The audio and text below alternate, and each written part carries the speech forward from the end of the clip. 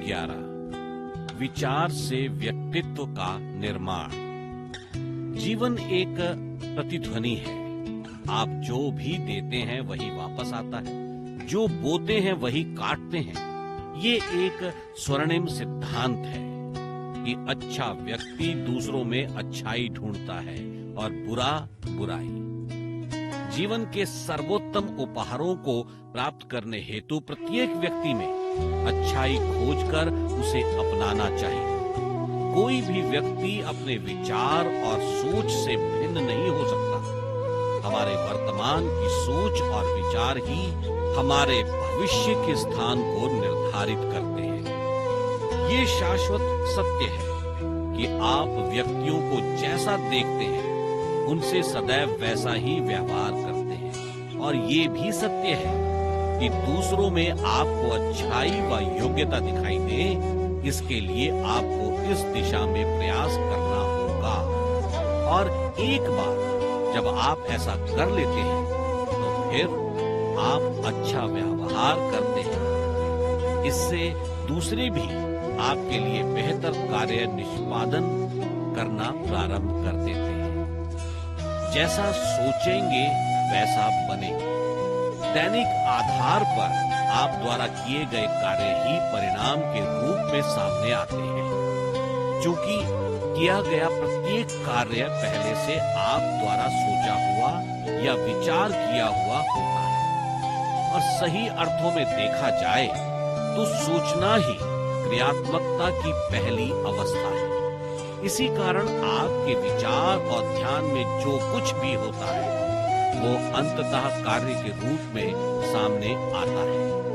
आप जैसा सोचते हैं वैसा बन भी जाते हैं, और जिन विचारों के आप अभ्यस्त होते हैं वही विचार स्वयं ही आपकी भविष्यवाणी बन जाते हैं। आप अपने लिए यदि असाधारण चीजों की कल्पना करेंगे तो एक दिन आप असाधारण रूप से बन भी जाएंगे, किंतु साधारण सोचने वाले हमेशा साधारण ही बने रहते हैं। यही अवधारणा जीवन के हर पहलू पर दृष्टिगोचर होती है।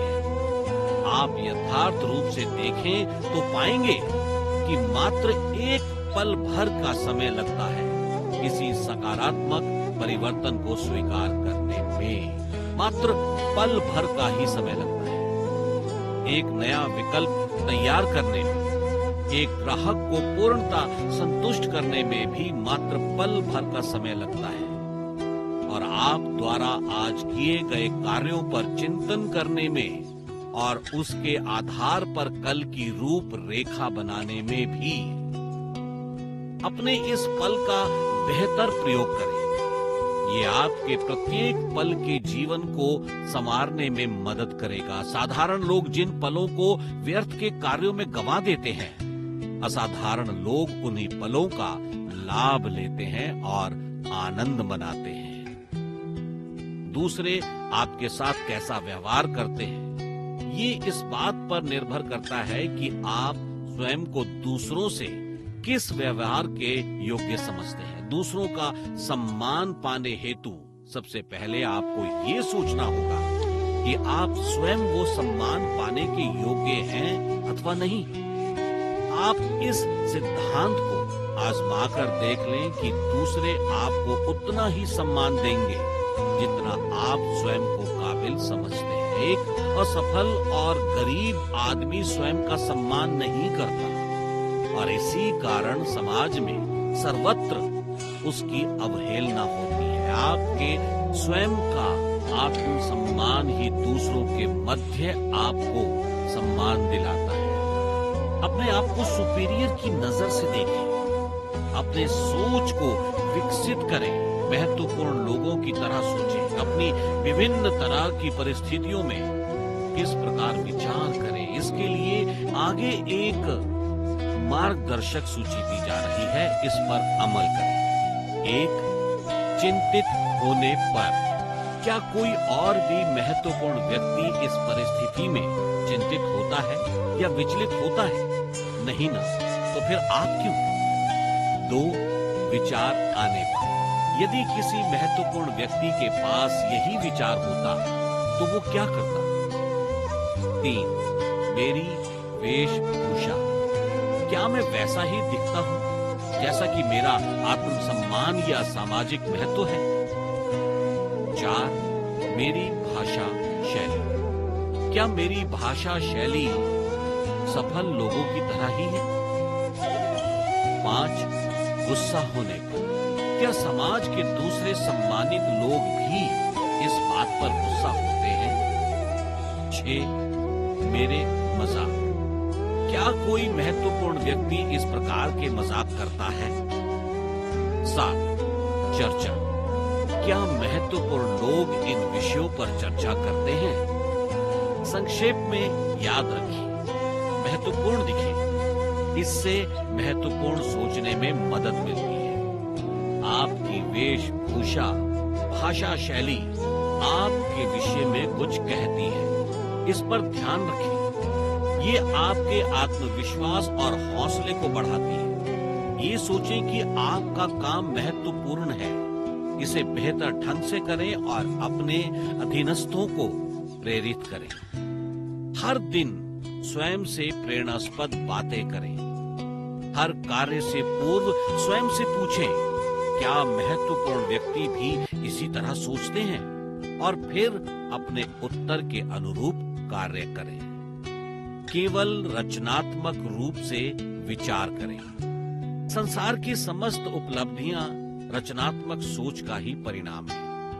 मनुष्य ने अंतरिक्ष के तमाम रहस्यों को सुलझाया, ये उसकी रचनात्मक सोच का ही परिणाम है, किंतु आवश्यक नहीं कि इस प्रकार की बड़ी बड़ी योजनाएं बनाना ही रचनात्मक सोच के अंतर्गत आता है।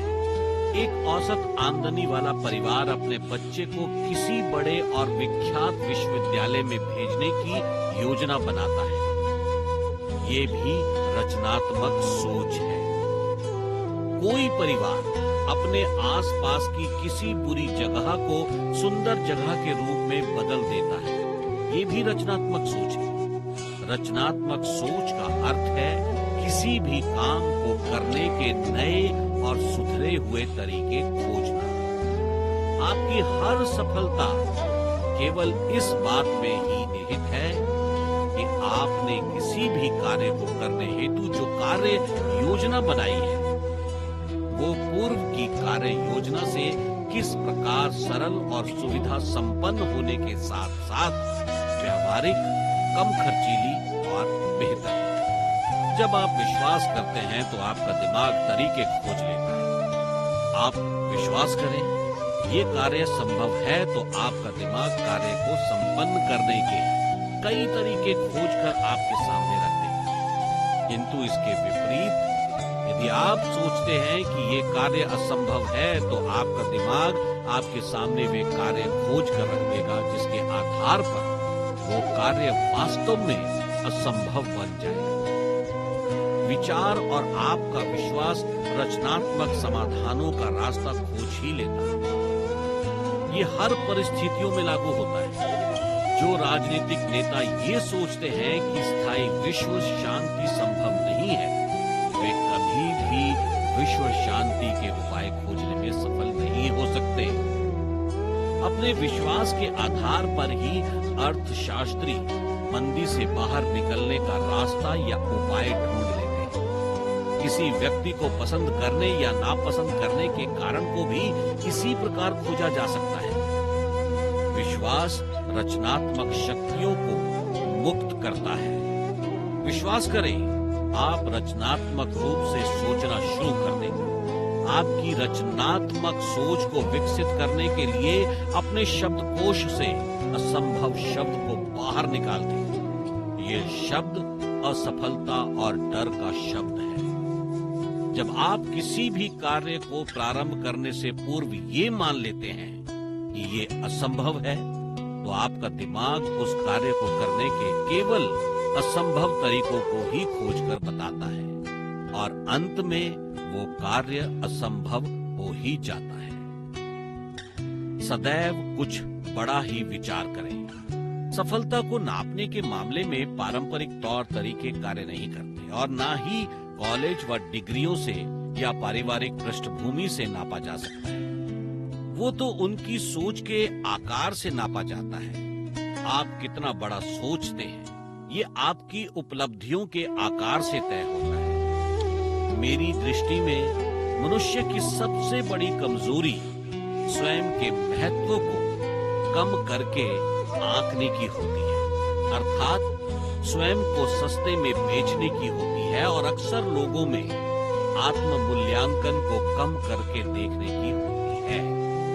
स्वयं को अच्छी तरह जाने, ये सलाह हजारों वर्षों से समाज शास्त्री और दार्शनिक देते आ रहे हैं, किंतु लोग सरलता से इसका अर्थ निकालने लगते हैं कि स्वयं के नकारात्मक पहलुओं को जानो, और हम में से ज्यादातर लोग अपनी गलतियों, कमियों और अयोग्यताओं की एक लंबी सूची बना लेते हैं। हमें अपनी कमियों के संबंध में जानकारी है, ये अच्छी बात है। इसका लाभ ये भी है कि हमें अपनी किन किन कमियों को सुधारने की आवश्यकता है, किंतु यदि हम केवल अपने नकारात्मक पहलुओं को ही जानेंगे तो हम परेशानी में फंस जाएंगे और हमारा मूल्य अपनी नजरों में ही कम हो जाएगा। इसी कारण आप अपने सच्चे और अच्छे गुणों को भी पहचाने और उनकी एक सूची बना लें और फिर उन पर अपने निष्पक्ष मित्रों की राय लें। उदाहरण के लिए आपके गुण हो सकते हैं शिक्षा, अनुभव, तकनीकी योग्यता, हुलिया, संतुलन, पारिवारिक जीवन, रवैया, व्यक्तित्व, लीडरशिप आदि। हम कभी भी शब्दों में नहीं सोचते, हम सोचते हैं प्रतीकों में, बिंबों में या फिर तस्वीरों में, किंतु बोलते हैं शब्दों में। और फिर सुनने वाला सुनता है तो सिर्फ शब्दों को, किंतु ग्रहण करता है फिर से प्रतीकों में, बिंबों में या तस्वीरों में।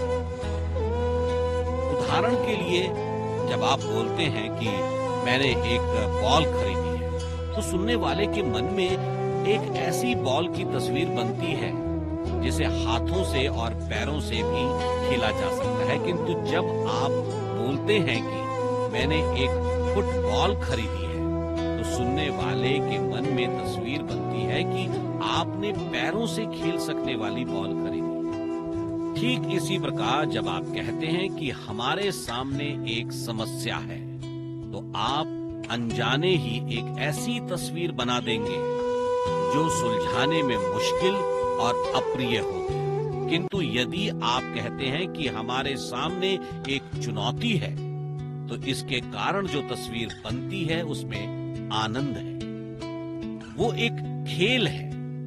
इसी प्रकार यदि आप कहते हैं कि हमने अमुक कार्य हेतु बहुत धन व्यय कर डाला, तो इससे ये तस्वीर बनती है कि आपका व्यय अब वापस आने वाला नहीं है और आप लगभग कंगाल हो चुके हैं। किंतु यदि आप कहते हैं कि अमुक कार्य हेतु बहुत धन निवेश कर डाला है, तो इसमें आपका धन ब्याज और लाभ सहित वापस होता हुआ दिखाई देता है। महत्वपूर्ण बात यह है कि बड़े विचारकों के पास दूसरों के मस्तिष्क में सकारात्मक, प्रगतिशील और आशावादी तस्वीर बनाने की कला होती है। बड़े विचार और सोच पैदा करने हेतु अपने और दूसरों के मस्तिष्क में भी सकारात्मक मानसिक चित्र पैदा करने वाले शब्द और भाषा होनी चाहिए।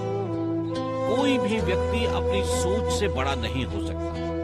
इसी कारण हमेशा बड़ा सोचें और उसे प्राप्त करने हेतु जी जान से संकल्प लेकर जुट जाएं। वर्तमान में चीजें कैसी हैं, ये देखने के स्थान पर ये देखने का प्रयास करें कि भविष्य में चीजें कैसी हो सकती हैं।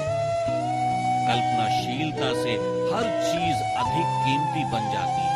केवल वर्तमान में उलझे रहने के स्थान पर ये कल्पना कीजिए कि भविष्य में क्या और भी कुछ बेहतर किया जा सकता है। अपने भविष्य की शक्ति को विकसित करने हेतु चीजों के मूल्य को बढ़ाने का प्रयास करें। प्रत्येक चीज का मूल्य उसके प्रयोग के विचार में छिपा होता है।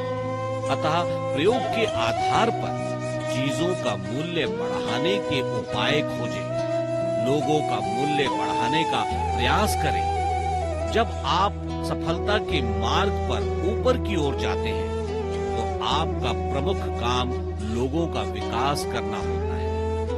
अतः आपसे पूछें, मैं किस तरह अपने अधीनस्थों का मूल्य बढ़ा सकता हूं? याद रखें, किसी भी व्यक्ति को ज्यादा प्रभावशाली बनाने के लिए आपको उसकी सर्वश्रेष्ठ क्षमताओं की कल्पना करनी होगी। स्वयं का मूल्य बढ़ाने का भी अभ्यास करें।